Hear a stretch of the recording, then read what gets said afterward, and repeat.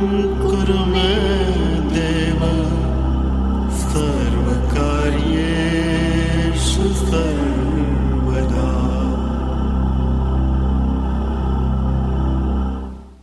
The Bhagavad Gita is a book of mankind's collected experience of and answers to life's most basic questions.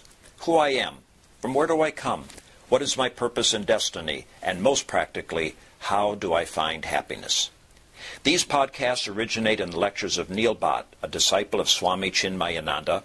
They are presented here in 20 to 30-minute segments, each covering 3 of the Gita's 701 verses. Welcome to Gita Wisdom for Daily Living. We are now discussing Chapter 2, Sankhya Yoga, Yoga of Knowledge. We've seen in the first few verses that Arjuna continued his argument, or at least he declared that I will not fight. Even though Krishna told him that where does this weakness of heart come upon you? This is not fitting your own personality, your lineage, your family, and therefore get up and do your duty. Fight the war. Arjuna still said that I would rather not fight this battle because this sorrow which is burning my senses, I don't think even the domain of the 3 worlds will eliminate this sorrow. I don't know what to do. I am your Sishya. You tell me because I do not understand what my duty is today, right now, but I am your Sishya. I'm surrendering to you. You tell me what is Shreyas for me, what is good for me. As we have seen last time, Shreyas is something always good for you, even though it may not be pleasant. And once you tell me what to do, I will follow that because I'm surrendering to you. So Krishna responds to his request. So as we have seen in previous discussions, that Bhagavad Gita divided in 3 parts. The first part will discuss who we are and how we function. So we have one paradigm right now which makes us do everything that we do in our life. That paradigm is that I am this body, this mind, this intellect, this limited being is me, and the world is something completely other than me. I am a mortal being. I was born at time T1, and I'll die at time T2. Both are hypothetical events in my life because I have no experience of my birth, and I do not know what death is like right now. So that's our paradigm. I'm an island by myself. I have a limited shelf life. That's our paradigm right now. So Bhagavan, coming out of the gate, changes that paradigm for Arjuna and for us.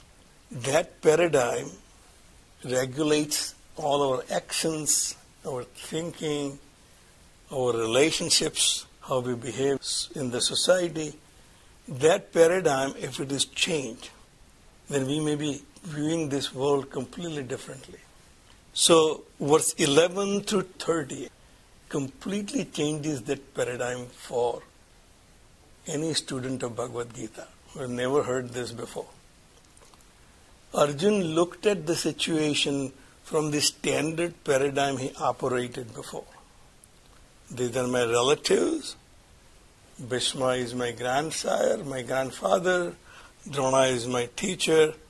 And how can I kill them? How can I fight with them where obviously death is almost guaranteed for one party or the other? So this paradigm was driving his mental condition to a point where he has completely plunged into this ocean of sorrow. He can't come out. He cannot function. So he's completely dysfunctional because of this operation of his own internal mechanism of what's happening in his life.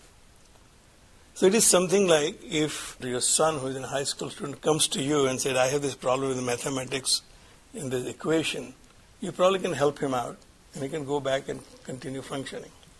But he comes to you and says, Mom or Dad, I'm quitting school. I'm dropping out of school because mathematics is compulsory. There's no way that I can deal with this mathematics. Well, at that point, you can't really give him just a simple guidance. You realize that this is overwhelming from him because he's not understanding what mathematics is all about. He has never really prepared himself to deal with it. So you say, well, we have to clean up your fundamentals. You start with the fundamentals. How this mathematics work, how the fractions work. And then make you understand the fundamentals of mathematics. Then maybe you will be able to build upon that knowledge. So Krishna starts with basic fundamental statement which changes the paradigm for Arjuna. So the first thing he says is, Asocyanu anvasochahatvam pragna vadan chabhasase.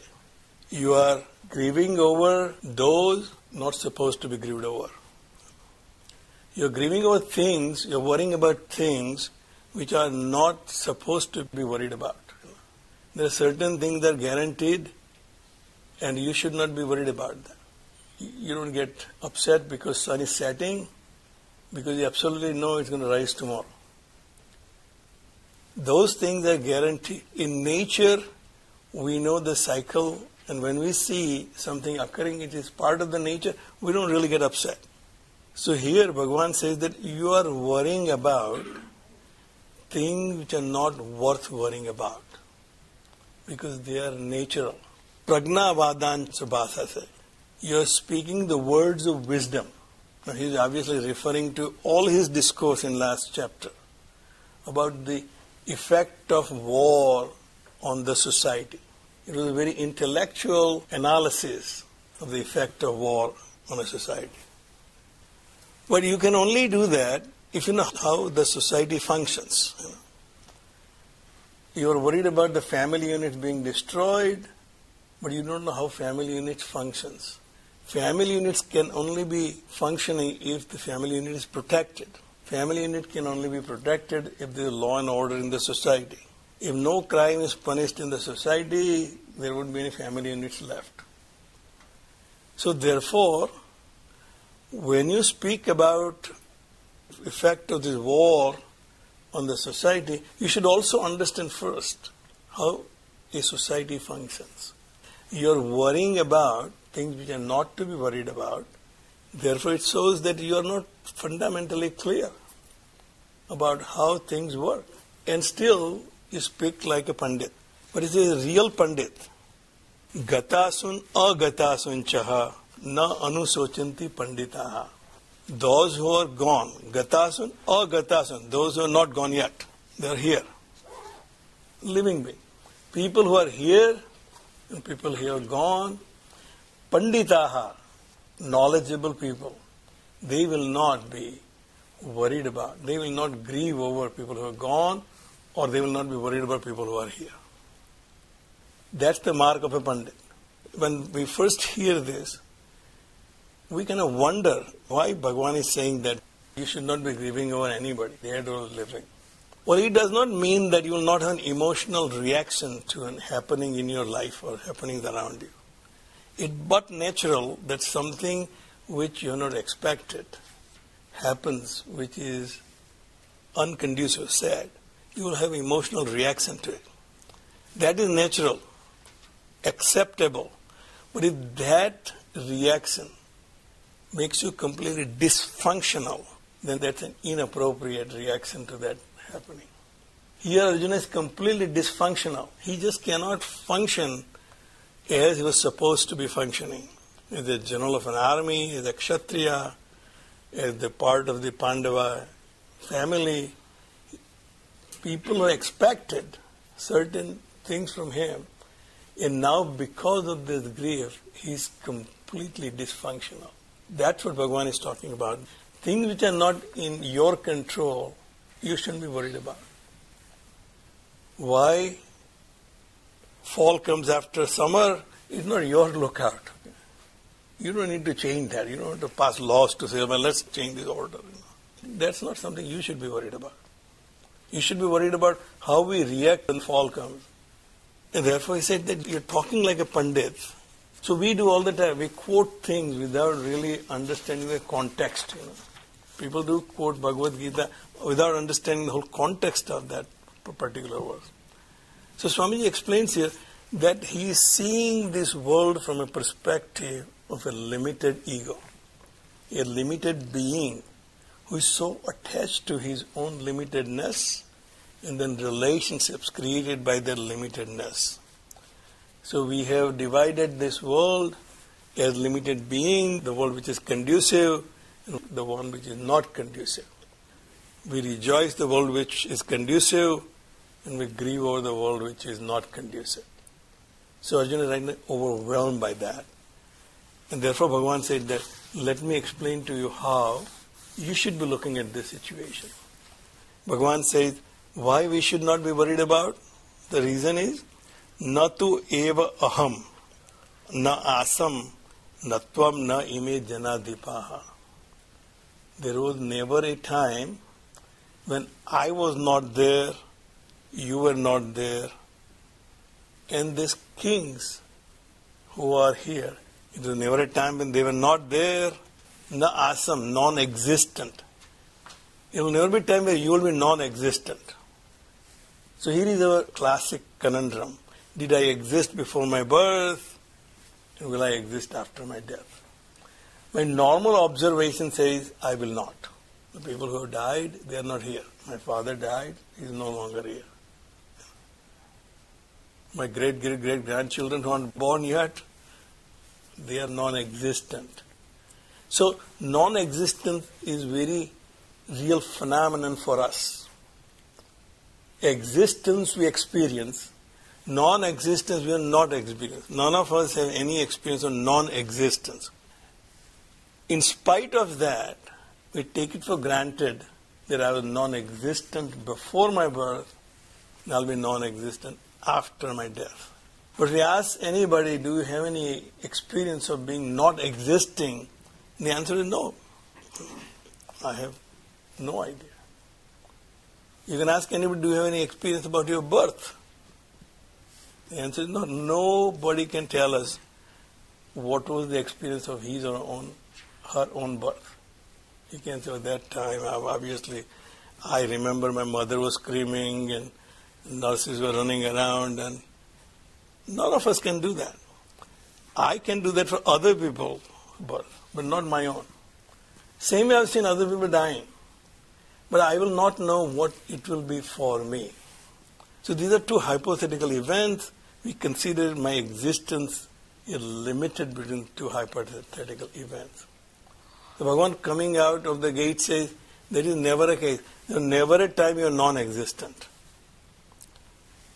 Neither you, nor I, nor all these kings will never be non-existent. They will always be existing. Nacha eva na bhavishyamaha. It will never be in the future that they will be non-existent. Existence is permanent.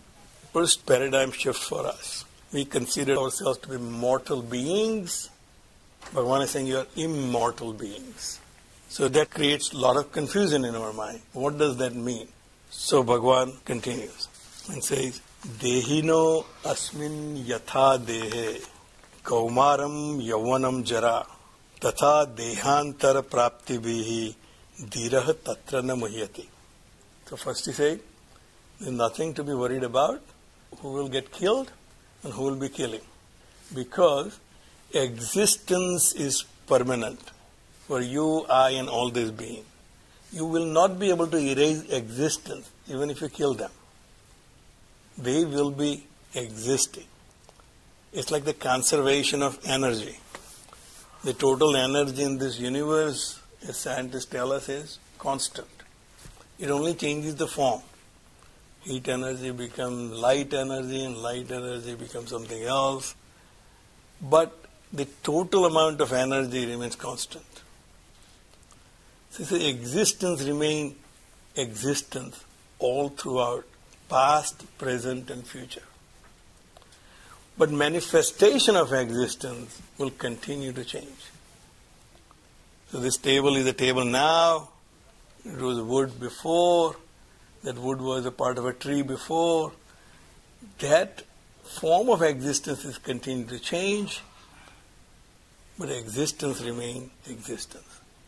So giving example of our own life, that's something which I can relate to. That I was a young boy, I was a child first, then a young man, and I'm now an old man. But something never changed within me.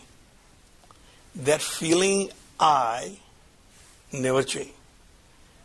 When I got up in the morning as a teenager, and the feeling I was exactly the same as when I was a young man, the same feeling I have today as an old man. Everything else changes, but that feeling I never changes. When I think about myself, I think I never changed.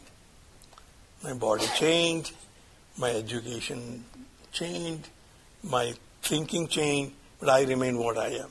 Dehino asmin yatha dehe kaumaram yauvanam jara. Just you change your existence as a child, as a young man, and an old man. Tatha dehantara prapti vihi. The changing of this body is similar to these changes which you have experienced. You do not have any experience about when this body will not be there. The death will be the non-existence for this body. It's a deha antara, the indication here that you will be changing this body for another body.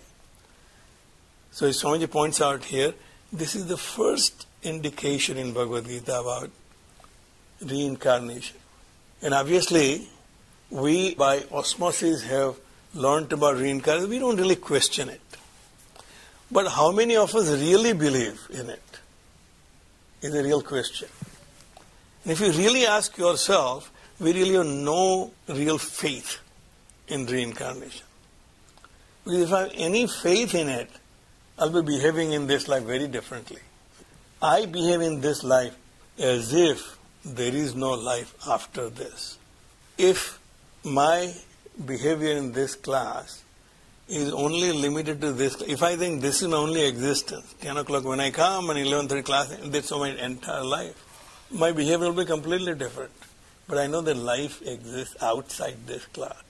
There are things I have done before 10 o'clock and I'll be doing after 11:30. My behavior in this class is governed by the life which I have developed outside of this class. We live this life as if there is no life before and after this. Therefore, we really do not have much faith in that reincarnation theory.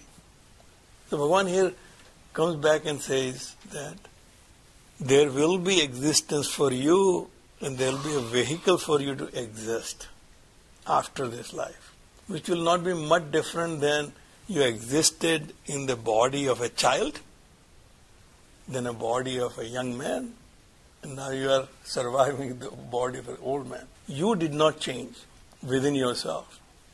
But the changes did occur in the equipment which you are using to function. This body is a counter. My limitations, where the world starts and I end, is at my skin.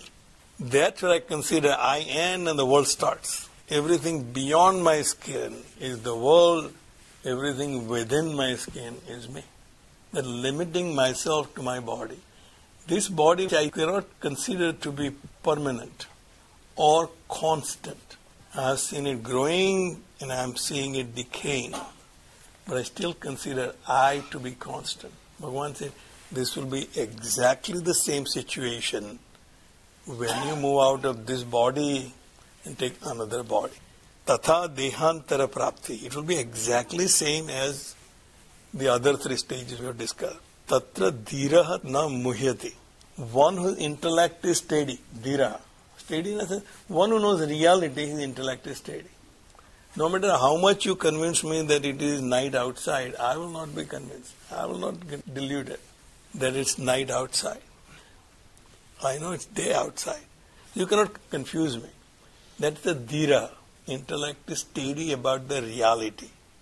He does not get confused by this self moving out of this body, going into another body. Nothing really changed other than a change the equipment. That basically the indication here, the first indication of this is not the only life.